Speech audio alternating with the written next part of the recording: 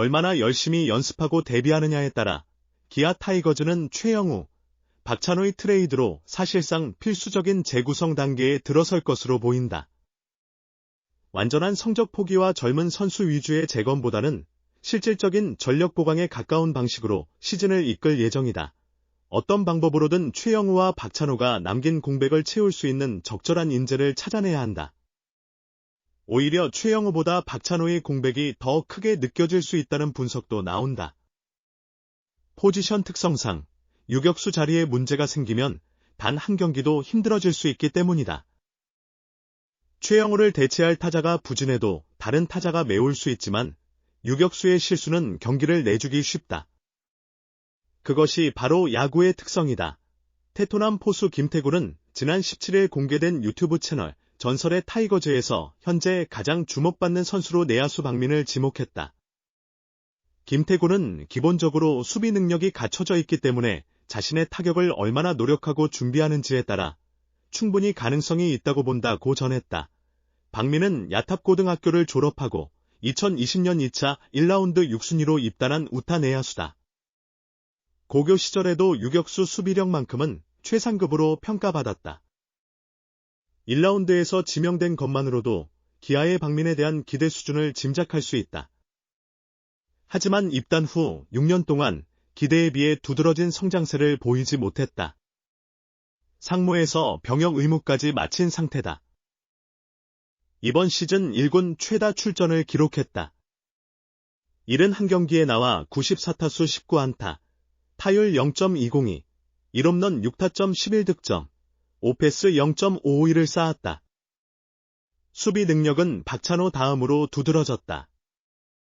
본래 유격수지만 2루와 3루수까지 능수능란하게 소화하는 전천후 선수다. 타격 성적이 빛나지 않았으나 그에게 주어진 타석은 적었다. 벤치에 확고한 믿음을 얻지 못한 점도 있었고 박찬호가 자리를 지키며 꾸준히 타석에 서기도 어려웠다.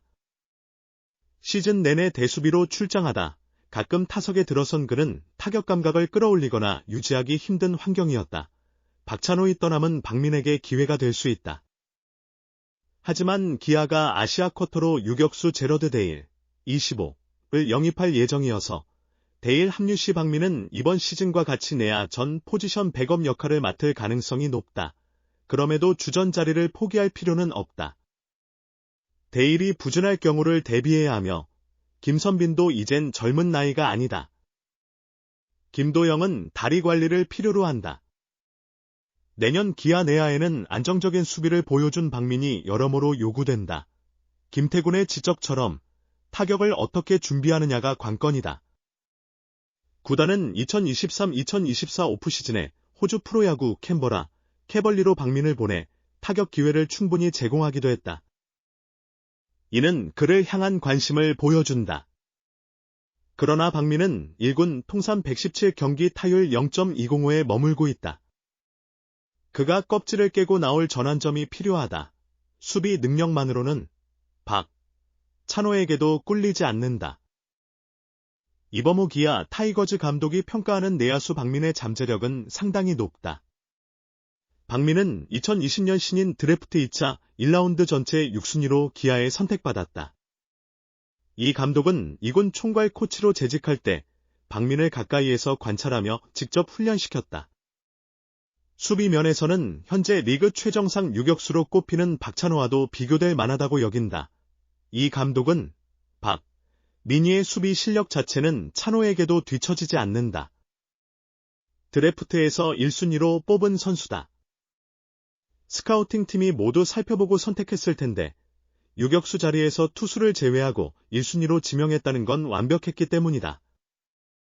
수비는 제가 봤을 때도 자세도 좋고 송구도 정확하다. 수비에서는 훌륭한 재능을 갖추고 있다고 극찬했다. 박민 또한 어깨는 자신 있습니다. 어깨에 자신이 있기 때문에 무리한 플레이를 하지 않고 다른 선수보다 한 걸음 더 걸어가도 충분히 아웃을 만들 수 있다고 생각해서 여유로워 보이는 면도 있어요. 바운드를 잘 처리하는 것도 장점인 것 같아요 라고 자신감을 드러냈다.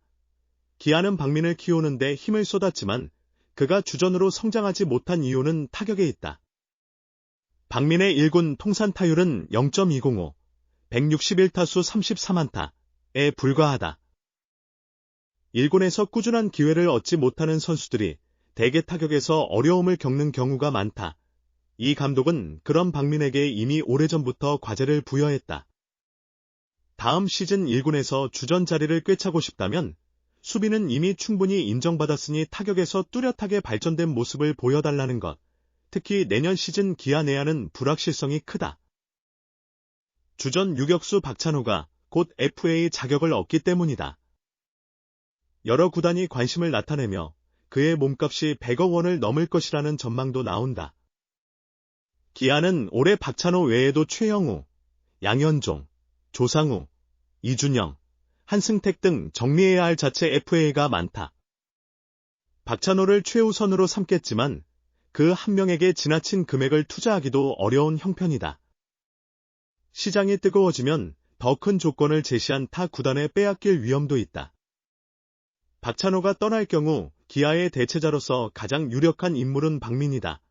이 감독은 수비 능력만 보면 박민이 김규성보다 뛰어난 선수가 현재 팀에 없다. 내년에도 1군에서 충분히 기회가 있을 거라 본다. 수비도 매우 중요하지만 수비 연습 시간을 줄여 타격에 더 많은 시간을 할애할 계획이다. 계속 백업으로만 남을 수는 없으니까.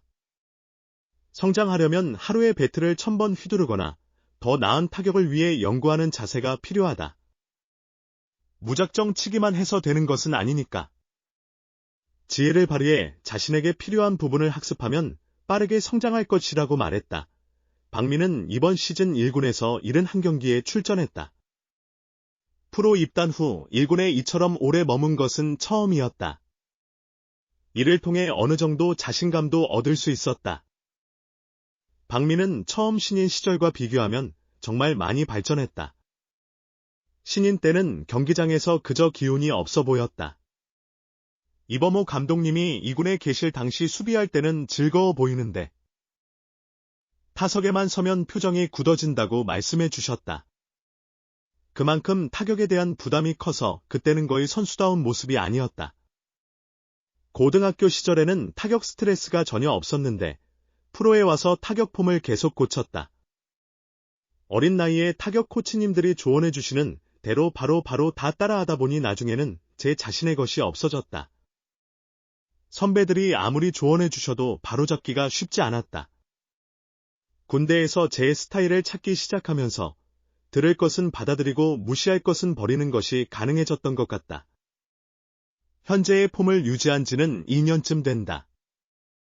내게 가장 편안한 자세라고 생각한다며 시행착오를 거쳐 한 단계 도약하려는 확고한 의지를 드러냈다. 변화는 공허한 빈자리가 아닌 기다려오던 누군가에게는 뜻깊은 기회가 됩니다. 오늘 우리가 함께 본 박민 선수의 이야기는 준비된 자에게 찾아오는 기회의 순간이 얼마나 값진지 다시 한번 생각하게 하네요. 팀의 리빌딩, 아니 리툴링이라는 큰 파도 속에서 그의 배트와 글러브가 어떤 새로운 역사를 쓸지 지켜보는 것도 이제 팬들의 즐거움이 될 테죠. 시청해주셔서 정말 감사합니다. 다음 이야기에서 또 만나요.